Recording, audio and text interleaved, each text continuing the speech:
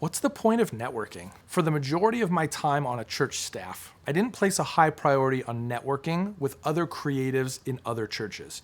It wasn't that I wasn't interested in what they were doing, it just didn't seem that important. I was too busy. I had too many other things to do. I want to encourage you to be proactive, more proactive than I was. Later in my career, especially when I shifted into more of a management of the creative team type of role, I began reaching out to other creatives, in part because there were stretches of time where I'm like, I don't know what I'm doing. I don't know how to figure out these problems.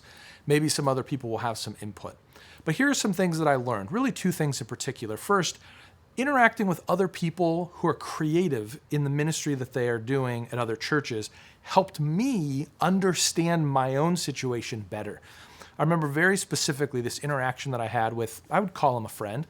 He was working at a church maybe 2 hours away, and he came up and we talked church communications for a couple hours. He said, our communications team is more asked of than any other team in the organization. I never really had thought about it in that way before, but I felt the pressure of that. I felt the tension of always being asked for things. I felt the tension of never being able to go anywhere in the office without being flagged down by somebody. Maybe you can relate. It was really important for me to verbalize and define what this problem was. Otherwise, it was just an abstract tension that was weighing me down. That's what this networking interaction did for me. It helped give me visibility and give me language around one of the things that I was wrestling with myself. It also gave me perspective on the fact that, man, some of the problems that he was talking about, I'm pretty glad that I don't have to deal with those things. All of a sudden, the frustrations in my world were a little bit less. Now, that doesn't mean I didn't have problems. Didn't mean that he didn't have problems. It just meant that each of us were actually probably in the best spot for each of us. He was uniquely gifted and skilled to navigate the trouble that he was wrestling with, as was I. I wouldn't have said that until I had the contrast of hearing somebody else's experience. The second thing I've learned has come from LinkedIn, of all places. Now, I'm not going to say circle back and synergy on you here, but I'm learning the language of the executive by spending time on LinkedIn. I'm learning how they communicate. I'm learning what they value, the posts that people are sharing.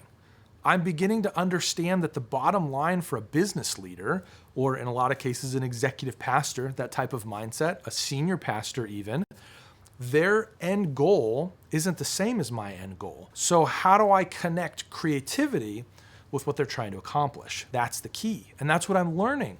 I'm learning that they value accomplishment of the mission, not font usage. I'm learning that they care about how well are we caring for the people in our organization, not what colors did we use on our postcard. So as a creative who is aspiring to become a creative leader, how can you understand the language of the people that you're talking to? That's where networking comes in. When you begin interacting with people that, I'll just say, are above your pay grade, you begin learning the things that they value. I had a mentor for a season. He was an executive pastor at a church. I was aspiring to become an executive pastor myself, so I wanted to learn from him. I remember we were in a conversation and he got a phone call and he said, I'm so sorry, I need to go deal with this right now.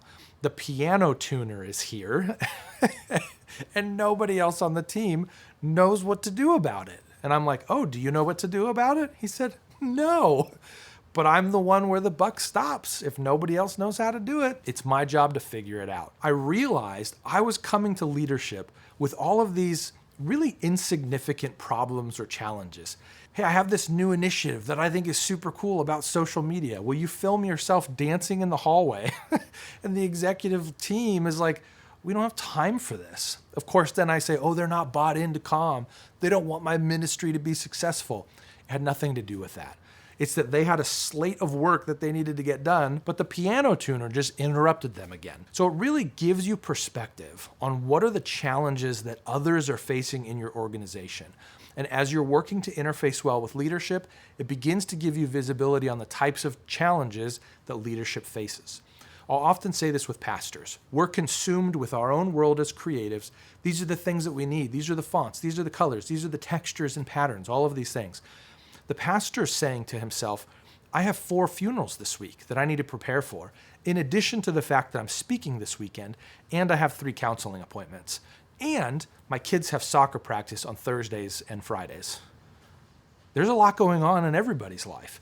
As we network, we begin to step out of our own worlds and we begin getting some perspective on what everyone else has going on. So if you don't already spend time networking, I would encourage you to do so.